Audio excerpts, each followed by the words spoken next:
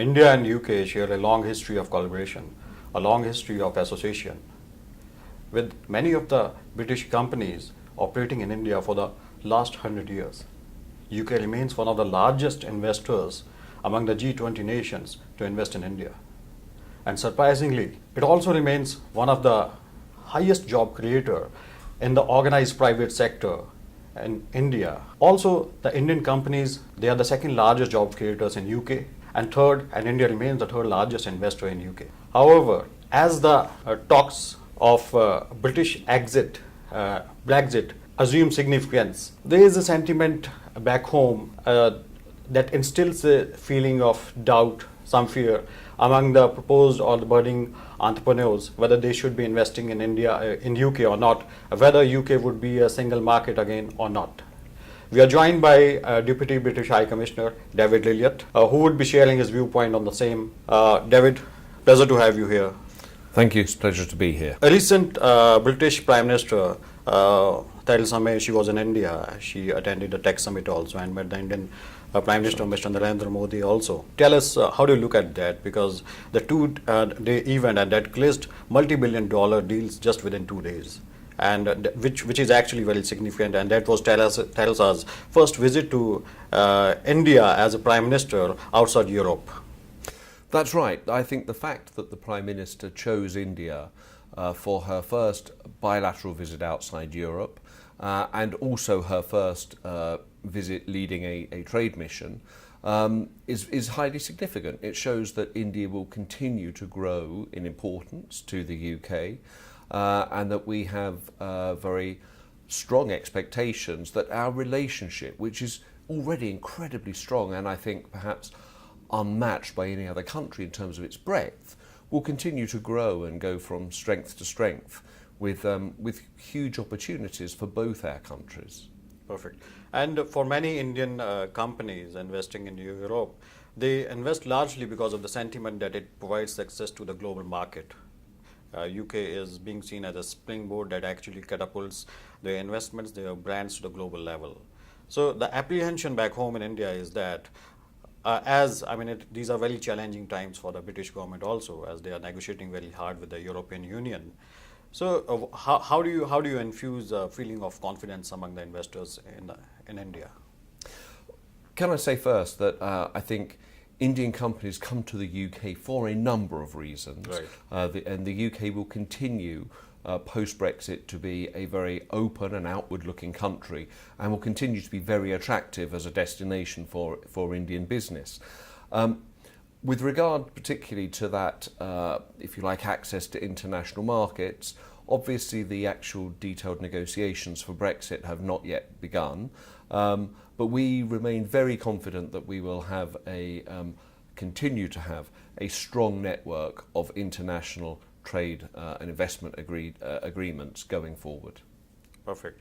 And which are the key sectors? I mean, I was just going through while I was searching a bit of the data, that aerospace, manufacturing, food processing, they actually remain the key areas. So kindly tell us more on that. Yes, certainly. I mean, I think at the national level, we've got a number of key sectors. Sometimes they're more important, perhaps one way than the other in our relationship, but I mean, automotive, advanced manufacturing, advanced engineering, life science, agri-tech, agriculture, food processing, as you say, IT, I would add to that, or ICT. They are all hugely important sectors. Sitting here in Chandigarh and looking at this region, I see particular opportunities in terms of Indian investment into the UK and for Indian trade with the UK. I think very strongly around ICT, and we have a great interest from the growing ICT community here in the UK. Many of them already have significant UK operations, others are looking to establish them. But also around light engineering and healthcare and life sciences. I think those are areas of great potential. Coming the other way for UK companies, we get a lot of interest, understandably, in the smart cities agenda and infrastructure. And as you know, we had a large delegation of UK infrastructure companies here in Chandigarh meeting just last month, meeting with not only the Chandigarh administration but also the governments of Punjab and Haryana, Perfect. as well as private companies. And I think the other key sector here in this region is agritech. And I'll treat that in its broadest sense. We obviously have a string of high-profile agritech events going on at the moment with our with the Tech Summit delegation coming here fresh from being with the Prime Minister in Delhi, coming to Chandigarh for a session. Then our participation last week in the Agrotech show, and in next week in the Punjab Livestock Show. So that relationship remains very thick. And I think looking at the Punjabi diaspora community in the UK, I think that's an area that offers them particular opportunities, not least because I think a lot of them have expertise and involvement in the food processing sector, which you've rightly mentioned. So that means the potential area. I mean, when we talk about the Punjabi diaspora, I mean, obviously we see, you know, sometimes it Punjab can being be an agrarian state and Haryana as well an agrarian state largely. Yeah, I mean, in a way, on the one hand, I don't want to compartmentalise too much because of course the Punjabi diaspora is active, you know, in all walks of UK life and in a lot of these different sectors. I mean, we see British business people of Punjabi origin or with Punjabi connections active in the ICT sector, in infrastructure, and driving other forms of engagement. But equally, I know from my travels in the UK, my engagement with the Punjabi community there is a concentration of expertise and interest in this sort of food technology sector. So I think that does offer particular opportunities for others who haven't hitherto perhaps been active in looking at the Indian market. Perfect. And Indian diaspora overseas, they have a huge presence in UK, and largely the Punjabis and the Gujarati community in UK. That's right. And the British government, I mean, they may cut down the immigrants from 330,000 to 1 lakh, right? So what do you have to say on that? And it's coming very hard on the education also, the students who go for their studies overseas and the universities and colleges over there. Yeah. Well, first, I'd just like to be very clear that we're talking about two different things here. When we talk about the Punjabi community in the UK, we're talking about British Punjabis. Yeah. We're not talking about them when we talk about reducing net migration, which is the net number of people sort of going and settling in the UK. The government is committed to reducing net migration. There is an ongoing discussion about how exactly to do that.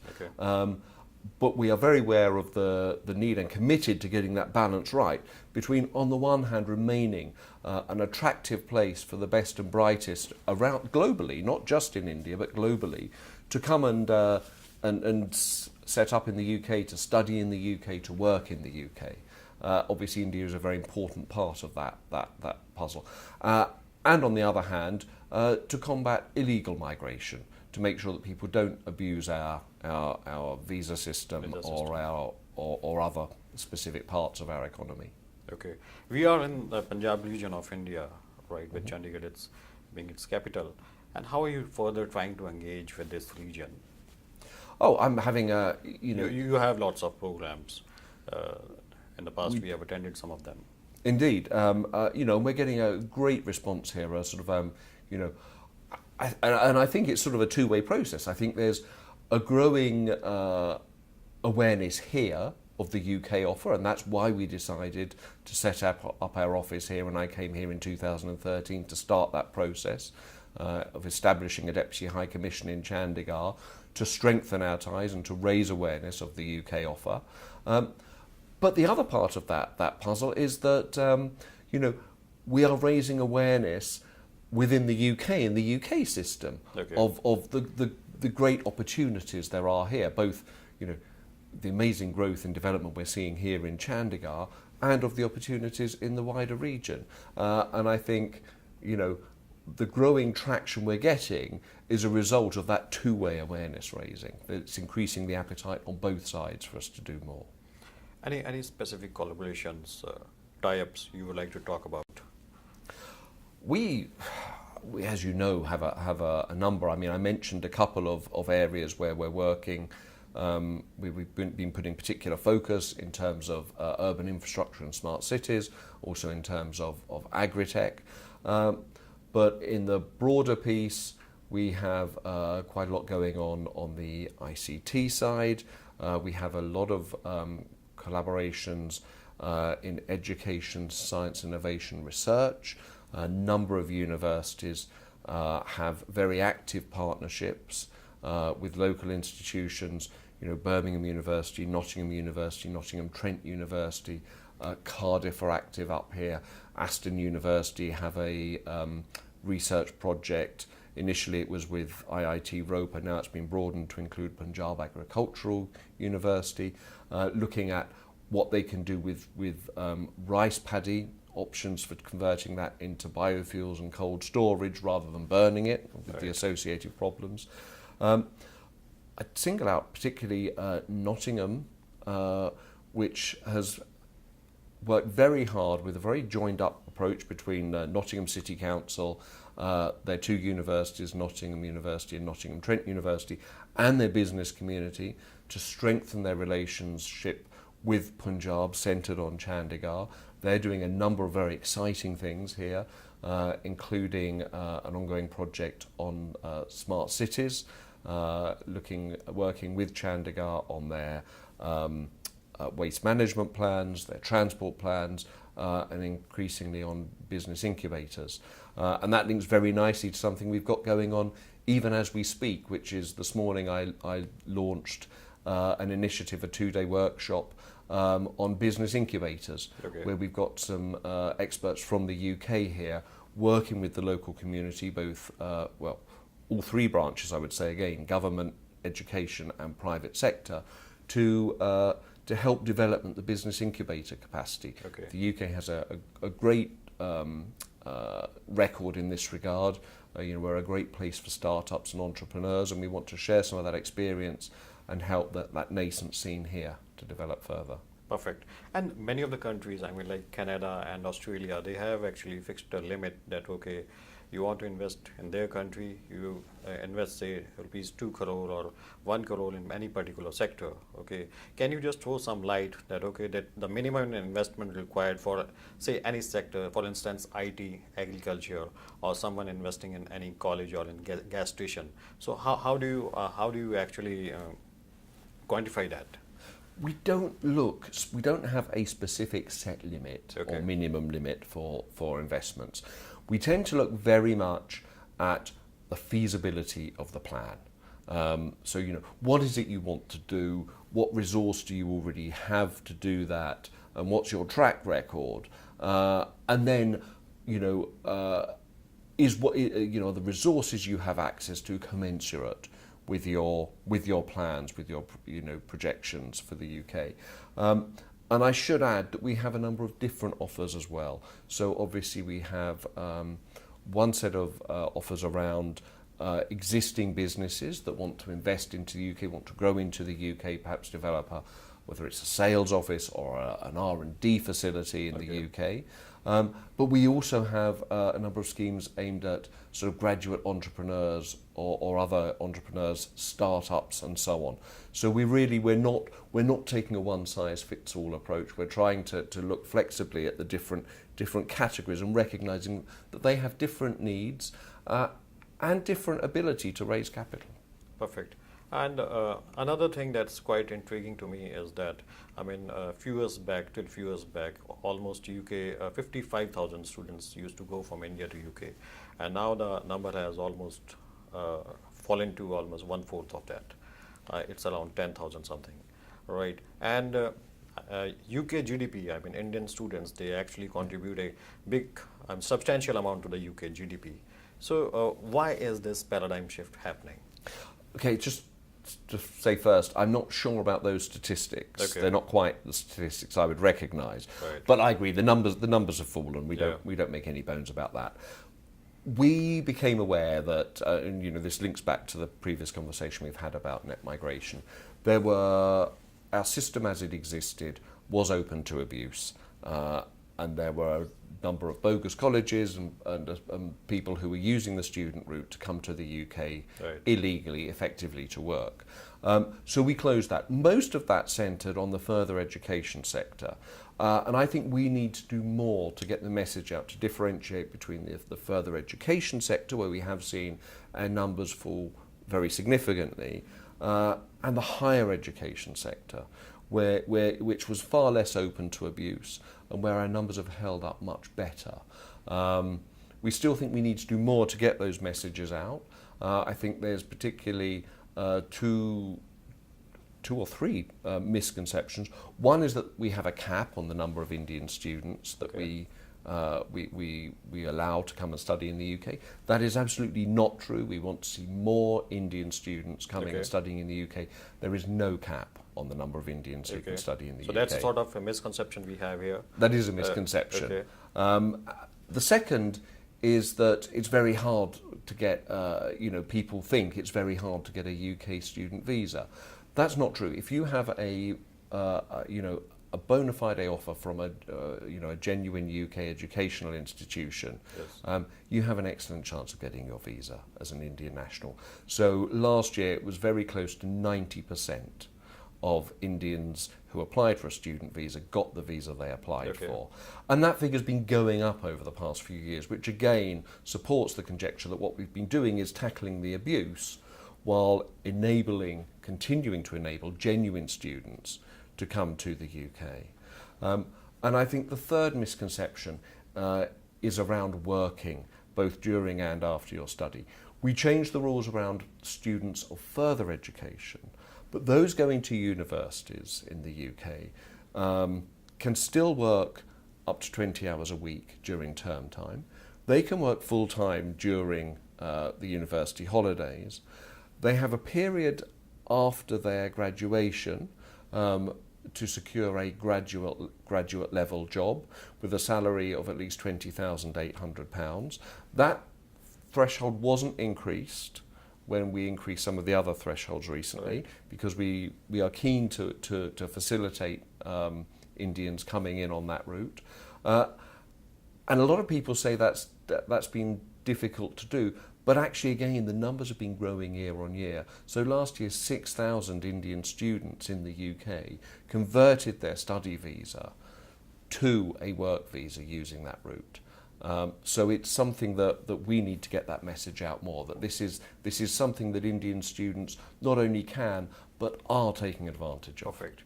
And David, if you were to pick any three initiatives, three ideas that you were successfully able to implement here, once you join this office, what would they be? It's difficult actually only to focus on three. I mean, we've done so many exciting things. What I'm going to do is try to pick some that we haven't touched on. Last month we organised a Young Thinkers Conference here in Chandigarh. Perfect.